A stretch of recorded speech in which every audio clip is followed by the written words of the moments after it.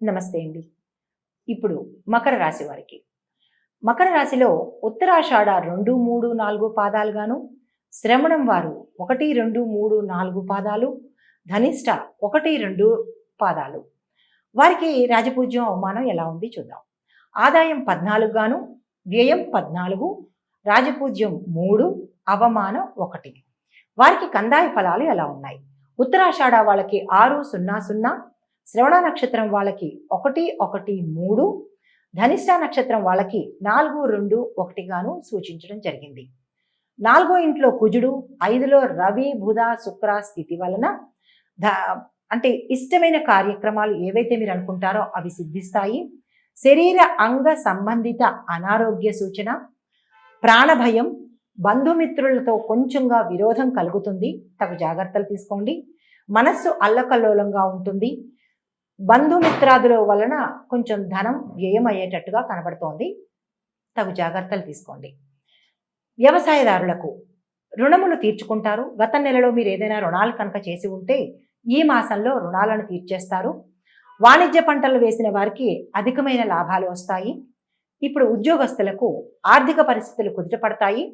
అధికారులు వేధింపులు కొంచెం తగ్గుతాయి. గత నెలలో మిమ్మల్ని బాగా వారు వేధించి ఉంటే కనుక ఈ మాసం మిమ్మల్ని చాలా బాగా చూసుకుంటారు. ప్రైవేటు వారికి మంచి ప్యాకేజీలు దొరుకుతాయి. స్థాన చలనాలు ఉంటాయి. అంటే ప్రైవేట్లో గత కొన్ని సంవత్సరాలుగా చేస్తున్న వాళ్ళకి ఈ నెల మంచి ప్యాకేజీలు ఇచ్చి మిమ్మల్ని అదే స్థానంలో ఉంచడమో, బదిలీ చేయడమో, లేదా అంటే ప్రమోషన్ ఇవ్వడమో జరుగుతుంది. స్థాన చలనాలు ఉంటాయి. అదే బదిలీలు అనమాట. వేరే దానికి బ్రాంచ్కి చేయడమో, లేదా ఏదైనా మీకు మంచి మంచి సమయంగా సూచించడం జరిగింది. వ్యాపారస్తులకు మంచి లాభాలు పొందుతారు.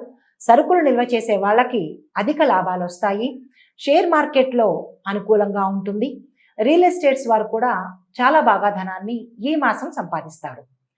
రాజకీయ రంగంలో ఉన్న వాళ్ళకి ఎన్నికల్లో పోటీ చేసిన గెలిచే అవకాశాలు అయితే ఉంటాయి. మీరు గత మాసంలో కనుక పోటీ చేసి ఉంటే ఈ మాసంలో మీకు విజయం సాధిస్తారు. ధన వ్యయము అధికంగా ఖర్చు ఉంటుంది. శత్రువుల సహకారం కూడా దొరుకుతుంది. అంటే శత్రువులు కూడా మీకు సహకరించే స్థాయి ఈ మాసంలో మీకు దొరుకుతుంది. విద్యార్థులకు ఇతర వ్యాపకాలు వారే తగ్గించేసుకుంటారు. క్రీడాకారులకు ఇది చాలా మంచి సమయము.